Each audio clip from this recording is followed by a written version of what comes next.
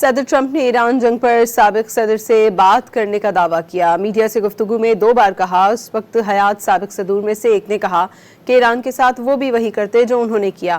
صحافی کے پوچھنے پر صدر کا نام لینے سے گریز، گول مول جواب دیتے رہے۔ اس موقع پر صحافی مختلف صدور کا نام لے کر ہنستے رہے۔ Other presidents should have done. I spoke to one of the former presidents who I actually like. I actually speak to some. I do like some people. Be shocking. And he said, I wish I did what you did. Could have done it. Just want to ask you about something very interesting that you said twice today. That you talked to another former president about the Iran strikes. I did. Was it George W. Bush? No. Was it Bill Clinton? I don't want to say. I don't want to say.